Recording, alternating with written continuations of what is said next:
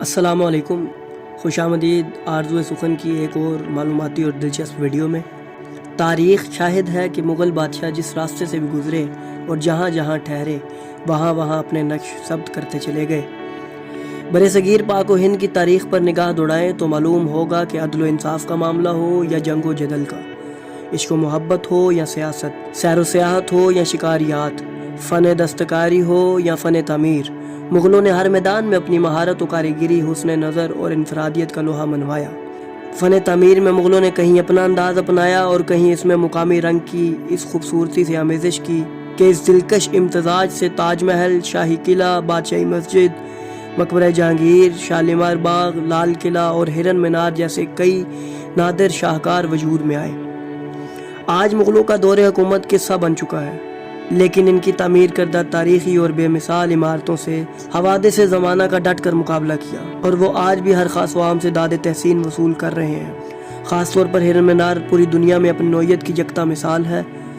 برطانوی دور حکومت میں انگریز سیاحوں اور حکمرانوں نے ہرن مینار کی دل کھول کر تعریف کی، اسے انسان جانور دوستی و پیار کا لازوال نمونہ قرار دیا۔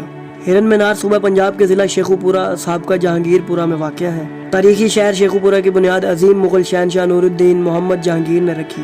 جہانگیر کی ماں ہندو تھی اور وہ اسے پیار سے شیخو بابا کہتی تھی، اور اس مناسبت سے اس نئے شہر کا نام شیخوپورہ رکھا گیا۔ شہنشاہ جہانگیر کے عہد حکومت میں شیخوپورہ کو شاہی شاہکار کی حیثیت حاصل تھی، کیونکہ یہ علاقہ بہت سرسبز و شاداب تھا اور شیخوپورہ کے وسیع و عریض گھنے جنگل میں انواع و اقسام کے جانور بکثرت ملتے تھے۔ شہنشاہ جہانگیر کی دعوت پر بڑی بڑی دور سے مہاراجے اور نواب شکار کھیلنے کے لیے شیخوپورہ آتے تھے۔ ہرن مینار کا یہ علاقہ کبھی جنگلی گھاس اور گھنے جنگلات سے گھرا ہوا تھا، جہاں ہرنوں کے گول چوکڑیاں بھرا کرتے تھے۔ یہ مغل بادشاہ جہانگیر کی شکار گاہ تھی۔ کہتے ہیں کہ جہانگیر بادشاہ کے پاس ایک ہنس راج نامی ہرن تھا جو بادشاہ کو بہت پسند تھا۔ وہ ہرن مر گیا تو جہانگیر نے اس کی قبر پر ایک مینار تعمیر کروایا جس کا نام ہرن مینار پڑ گیا۔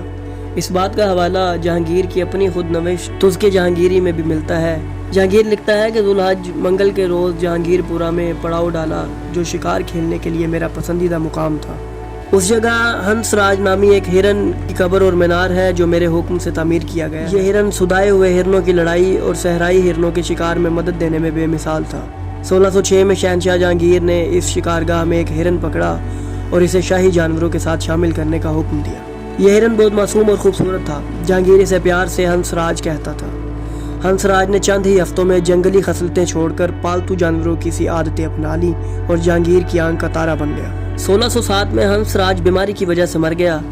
اس کی موت کا جہانگیر کو بہت دکھ ہوا اور وہ اس کے غم میں کئی دن اداس رہا، اور اپنی اس حالت اور ہرن کی جدائی کا جہانگیر نے اپنی کتاب تذکِ جہانگیری میں بڑی تفصیل کے ساتھ ذکر کیا ہے۔